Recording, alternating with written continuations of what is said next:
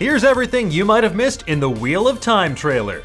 The wheel weaves as the wheel wills, and today, after months and months and months of waiting, some Taviran over at Amazon twisted the fabric of the pattern enough to finally release a trailer for The Wheel of Time. Based on Robert Jordan's critically acclaimed and long-running fantasy novels, The Wheel of Time is a sweeping saga of good versus evil, ancient prophecies, powerful magic, and people spending more time in various inns and taverns than your D&D group. Now, ever since the first novel, The Eye of the World, debuted in 1990, fans have been eagerly awaiting a proper on-screen adaptation of this series. And now Beltane has come at last, and we're finally getting the present that we've all been waiting for, a Wheel of Time TV show coming to Amazon Prime Video on November 19th. Now, in case you were brand new to the world of the Wheel of Time, here's the synopsis for the show. Set in a sprawling, epic world where magic exists and only certain women are allowed to access it, the story follows Moiraine, Rosamund Pike, a member of the incredibly powerful all-female organization called the Aes Sedai, as she arrives in the small town of Two Rivers. There, she embarks on a dangerous, world-spanning journey with 5 young men and women, one of whom's prophesied to be the Dragon Reborn, who will either save or destroy humanity. We're going to break down the first trailer for the show in just a moment, including all the Easter eggs and subtle details that you might have missed. And as always, if you prefer to read all about it, our own Amerlin seat, Amy Radcliffe, has you covered over on Nerdist.com. And while we'll try not to spoil too many of the major plot points in the book and the show, if you don't want to be spoiled at all, leave now and look before you leap. Alright, let's get into it, shall we? So the trailer begins with 2 of the book's main characters, Egwene Alvir and Nynaeve Almira, standing atop a cliff near their home, the small village of Emond's Field in the Two Rivers. Nynaeve is the village wisdom, a healer and leader of the local women's circle. She has the mysterious ability to predict the weather with startling accuracy. Egwene is being trained to follow in Nynaeve's footsteps, and it seems like this is some kind of ritual meant to build up Egwene's resolve, as evidenced by Nynaeve telling Egwene to be strong before she yeets her off a cliff. Next, we see sweeping shots of the Two Rivers and the bustling village of Emond's Field. The first book begins with the villagers preparing for a festival called Beltane, which celebrates the arrival of spring. And it looks like they're preparing for that right here. In voiceover, we hear Moiraine, a member of the incredibly powerful all-female spellcasting group, the Aes Sedai, speak the words that open the first chapter of all 14 books. The wheel of time turns and ages come and pass, leaving memories that become legend. Now, as this happens, we see 3 of our heroes, Rand al'Thor, Mat Cauthon, and Perrin Aybara, sharing drinks at the Wine Spring Inn, the local watering hole run by Egwene's father. These 3 are the reason that Moiraine will journey to Emond's Field in the first place, because she believes one of them to be the long-prophesied Dragon Reborn, a hero of legend who will ultimately lead the forces of good against the Dark One in the final battle known as Tarmon Gai'dan. Egwene then walks into the inn and she and Rand make eyes at each other, which, good for them. We next see a brief shot of presumably Moiraine, her warder/bodyguard Lan, Rand, Mat, and Perrin fleeing the Two Rivers on horseback. After that, as Moiraine talks about memories, we see a weeping man kissing a small gold object as tears roll down his face. This is most likely a flashback of Lews Therin Telamon, the previous dragon who went mad and killed himself.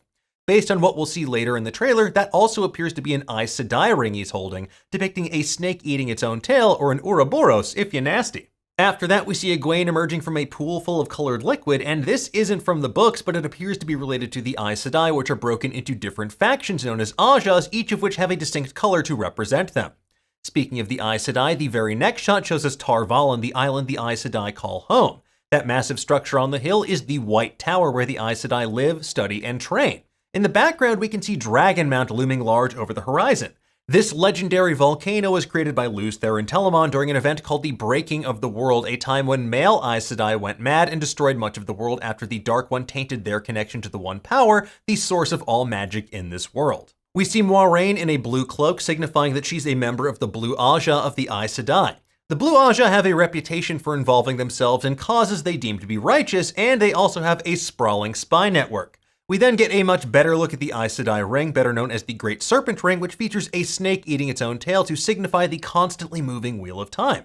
After that, we get to see the Hall of the Tower, where the Aes Sedai Council gathers to discuss various matters. Each of the 7 Aja have 3 representatives known as sitters, and as you can see, there are reds, grays, yellows, blues, whites, greens, and browns. The woman on the throne there is Siuan Sanche, the Amerlin seat, a title given to their elected leader. In the books, the Amerlin wears a multicolored stole featuring stripes of each Aja. It's a very subtle design here, though. New to Siuan's design, though, and character are those tattoos, so keep your eyes peeled. They might have a greater significance. After that, we see a sister of the Green Aja, presumably Alana Mosfani, healing an injured Moiraine. In the books, Aes Sedai tap into the One Power by channeling the female half of it known as Saidar.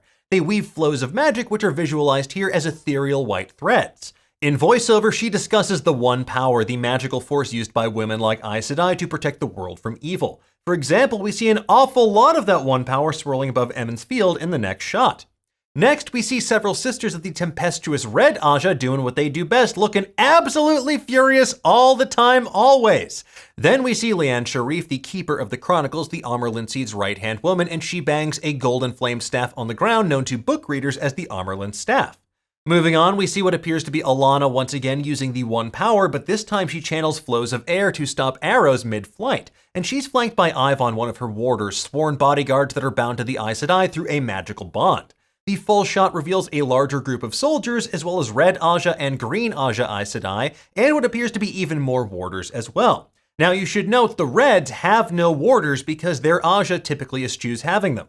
After that, we get another sweeping shot of Tar Valon, followed by Rand knocking an arrow and shooting his bow at something off-screen. Most likely it's a raven, because much like in Lord of the Rings, these birds are sometimes used as spies and agents of the Dark One.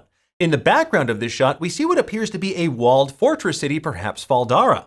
Next, we see Matt doing what he does best, getting into trouble. He's picking up a ruby-hilted dagger in the city of Shadar Logoth. Now, without giving too much away, let's just say this is extremely important. The city of Shadar Logoth is tainted by an evil so foul, even the Dark One's forces fear to enter. It's plagued by a shapeless entity known as Mashadar, which we see creeping over the city in subsequent shots. After that, we see Matt looking away from a dead man in a cage who's possibly Aiel, a member of the group of desert-dwelling people who are feared for their prowess as warriors, and derided by fancy city folk and castle dwellers as barbarians and savages. Next, we see a wolf baring its fangs at Perrin, and as the story progresses, you'll see exactly why this is so important. Moving on, we see Rand and Egwene sitting by a fire in various stages of undress, and it looks like they are significantly hotter and heavier than they are in the books. And they might have celebrated Beltane a little early in the common room of the Wine Spring Inn, so let's hope that her dad doesn't find out that it's become the Wine Spring In and Out. It's a sharp contrast with the next shot of an exhausted Matt and Perrin sitting in the crumbling edifice of a building presumably in Shadar Logoth. We then get a brief shot of Rand's dad, Tam Althor, talking about how the wheel keeps on turning, and as we'll see, this guy, so many secrets, he hates telling his son anything. After that, we get a startling match cut of Emond's Field villagers dancing at Beltane, which quickly cuts to a group of dead bodies wrapped in white shrouds encircling Aes Sedai, and then again to an overhead shot of the Hall of the Tower. So perhaps this is the aftermath of an attack on Emond's Field, or maybe they're showing us just how interconnected the fates of the common people of the Two Rivers and the Aes Sedai will be soon enough. Next, we see a spooky-looking shot of a Myrddraal on horseback. Known as half-men, these eyeless murder monsters are twisted agents of the Dark One, and definitely evocative of the Nazgul from Lord of the Rings. Then we get our best shot yet of Lan Mandragora and Moiraine's warder, and a certified badass who has a warning about the Dark One coming for Rand and company. This is followed by a shot of a Myrddraal leading beastly shadow spawn called Trollocs into battle. So basically imagine if Sho Tucker from Full Metal Alchemist had to make a whole bunch of infantry for Satan himself, and you have an idea of what the Trollocs are. Now, their appearance is followed by Rand and Matt running for their lives in what appears to be Emond's Field. We then see Lan fighting a group of brigands in the woods, followed by a chilling shot of a man channeling the One Power.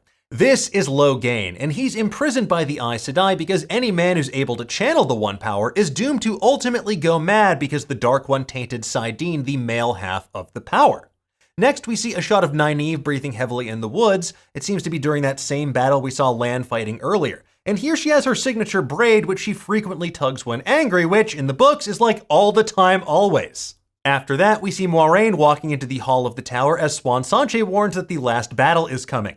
As mentioned previously, the last battle, Tarmon Gaiden, will be mankind's last stand against the Dark One and the forces of evil. Without the Dragon Reborn, there is no hope of victory. And that's really hammered home by a shot of Trolloc forces cresting a hill in the very next shot. Next, we see Moiraine riding her horse Aldib, Lan serving looks, that group of soldiers attacking the Aes Sedai after their failed volley of arrows from earlier in the trailer, Nynaeve becoming Knife-Neef to protect herself and Egwene, and then a shot of what appears to be Steppen, a warder of Kareen Sedai of the Green Aja. He's about to attack someone being held in place by the One Power, which should deal an additional 46 points of damage. After that, we see Lan turning Trollocs into loose meat, followed by Rand, Perrin, Mat, Nynaeve, and Egwene, the Emond's Field 5, meeting up with Lan and Moiraine at a Waygate.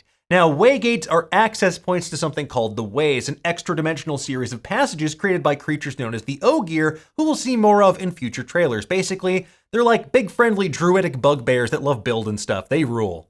The trailer culminates with a nightmarish shot of a Myrddraal and chaos erupting in Emond's Field as Trollocs attack in force. Moiraine channels a metric ton of the One Power to fight off these shadow spawn alongside her warder Lan in a seriously awesome sequence that I feel sets the tone for this high fantasy series. Because between Lord of the Rings and The Wheel of Time, Amazon's making a major power play to fill the Game of Thrones shaped hole in our hearts and in the prestige television landscape. And based on this first look, I for one am cautiously optimistic this could be the adaptation that I and so many other fans have been waiting for. Of course, we'll have to wait until November 19th to find out for certain, but if you want to delve deeper into the world and lore of The Wheel of Time, we have plenty of guides, explainers, and other essays waiting for you over on Nerdist.com. In the meantime, though, tell me, what did you think of this trailer? Did you spot anything that we missed? And what do you hope to see from this series? Let me know in the comments below, and for the latest and greatest in the world of pop culture, stay tuned to Nerdist.com.